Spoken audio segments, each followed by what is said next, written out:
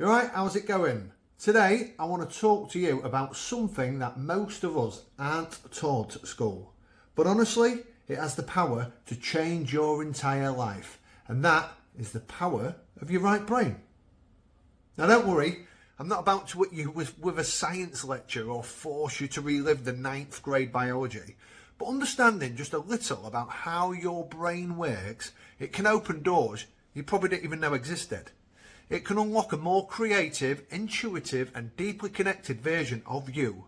A version of you that doesn't just wish for the dream life, but actually it starts creating it from the inside out. Anyway, let's start with the basics. So you've probably heard this before, but your brain has two hemispheres, the left and the right. And while, neuroscience has evolved past the super simplified idea that each side controls totally separate functions, there's still a ton of value in understanding the symbolic difference between the two. So if you sort of think of the left brain like the CEO of a very structured company, it's logical, it's analytical, it loves spreadsheets and all that crap and bullet points and 5-year plans, and it asks questions like, what's the cost? What's the timeline? How do I optimize this? It's practical, it's grounded, it's the voice in your head that says, okay, cool dream. But how are you going to pay for that? But we do need that voice. We do need the left brain, because left brain thinking is what helps us file our taxes, pay our bills, follow directions and double check that we're not sending that risky text to the wrong person. It is necessary. But here's the trap. Most of us have been conditioned to operate almost entirely from the left side. Even though that is my left side, it'll probably be showing us right on camera. But you get what I mean, don't you? This is actually my left side. It just reverses it on the camera. I'm sure you can work that out. But anyway, from the moment we enter school, right, we're taught to value logic over imagination. We're rewarded for having the right answer, not asking the best questions. We're praised for following the rules, not for dreaming up new ones, what will actually serve you. And as adults, that pattern just keeps on playing. Productivity is king. Hustle culture thrives. If you can't measure it or monetize it or explain it, it gets dismissed. But what if I told you that your dream life, like the actual aligned, soul-expanding life you crave, doesn't live in the land of logic? It lives in the right side of your brain, the right hemisphere. So let's talk about that. The right side of your brain is where things get magical. This is the home of creativity, intuition, imagination, feeling, connection, empathy, and that inner knowing. It doesn't think on bullet points and graphs and stuff, but it thinks in colour. It doesn't ask what's realistic, it asks what if. It's where you dream up new possibilities. It's where you visualise the life that you want. Not just what makes sense on paper, but what feels good in your bones. It's where you imagine yourself doing what literally lights you up, that spark, living in a space that feels like home, waking up with peace in your chest and fire in your belly. And here's the wild part. The right brain is the direct doorway to your subconscious mind. And that's the key, because your subconscious, that is what actually runs the show. Whether you think about that, whether you know that or not. You can make vision boards, set goals, journals, affirmations, till your hand cramps and you're blue in the face.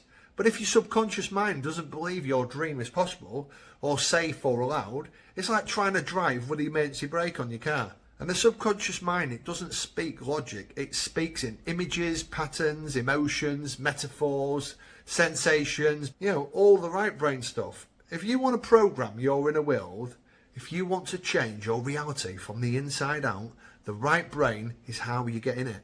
And that's why imagination is so powerful. That's why visualization works as well. That's why people have literal, physical connections to dreams and memories, because the brain doesn't always distinguish between what's real and what's vividly imagined. And when you start feeding your subconscious a new version of what's possible, it starts rearranging your reality to match it. Let's just ground this for a second. Have you ever had a moment where you just knew something was right? Like you couldn't explain it logically. There were no pros and cons listed out, but deep down you had that inner knowing. You just felt it. That knowing and that full body, the yes or no, that's right brain thinking. That's your right brain speaking. And yet most of us have trained ourselves to ignore that voice, to override it. We tell ourselves, be realistic, Don't be impulsive. You're just overthinking. You're being negative. But what if you're not overthinking? What if you're under feeling? And let's be real. Where has logic gotten us? Where has logic alone gotten us so far? Yeah, it keeps things safe, structured, but safe isn't always the soulful, is it? Structured isn't always satisfying. You're in a knowing. If you're here listening to this, I know something about you. I know you're not just here to survive. You're here to create the dream life, to live fully, to feel lit up. And that doesn't come from the left side, from spreadsheets. It comes from accessing the part of your mind that knows how to dream, how to imagine. So let's talk about how to actually activate the side of your brain, the right side, and use it to create the life you've been dreaming of and you've been imagining it. First, let's look at visualization. This isn't just about closing your eyes for 5 seconds and seeing a car, what you want, and a dream house. I'm talking about deep, immersive visualization. Create a movie in your mind. Where are you living? What's the first thing you feel when you wake up in that dream life? What's the light like in the room? What does it smell like? What's your morning routine? Who are you surrounded by? How do you walk and dress? How do you feel? The more senses you engage, sight, sound, smell, texture, the more your brain starts to wire in that reality as if it's familiar. And your subconscious mind, it loves familiar. It's a habit mind. It starts guiding you towards choices, people and ideas that starts to match that literal internal blueprint.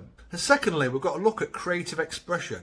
I mean, this is huge. And it's not just about being good at something. You don't need to paint like Picasso or sing like bloody Beyonce. You just need to express. Doodle, imagine, dance, write poetry and stories, hum nonsense songs, cook with no recipe. Make a weird magazine cutouts and do things that get out of your head and in the moment. And that's how you bypass the filter of logic and give your right brain room to imagine and breathe. The thirdly is intuition. And ask your body, do I want this or that? Tune in.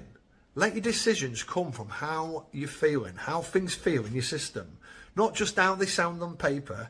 And over time, your intuition gets louder and it will never say or steer you wrong, even if it doesn't always take you in the most direct route. And fourthly, you need to practice stillness and awareness. You can't hear your inner voice if the outside world is always yelling. Create space, meditate, practice awareness, practice breathing, go out for walks without your phone, journal with no prompt, do nothing for 15 minutes and just exist. And when you slow down, the right brain, which is quieter, gentler, and more feeling based, finally has a chance to speak. And fifth, you've got to surrender. This might be the hardest, but also the most freeing. Stop trying to control every little detail of the dream. Your left brain wants to know the ins and outs. It wants to know how things are going to unfold. But the right brain is more interested in heart-based alignment. Follow what feels good and let the path surprise you. And let the dream show up in ways you didn't even expect. It's not about letting go of intention. It's about letting go of the death trip of the outcome. Just look here. The version of you who's living that big, juicy, aligned dream life, that version is not calculating every step. That version is connected. They're in the flow state. They're creative. They trust themselves. They listen to that quiet voice within and they follow it, even when it doesn't always make perfect sense. And you can become that version you want, the dream version. You don't have to force it. You just have to return to what's already in you. Because we're born with imagination. You were born curious. You were born with these dreams. You just learned somewhere along the way to silence them. And it's how we've been conditioned, unfortunately.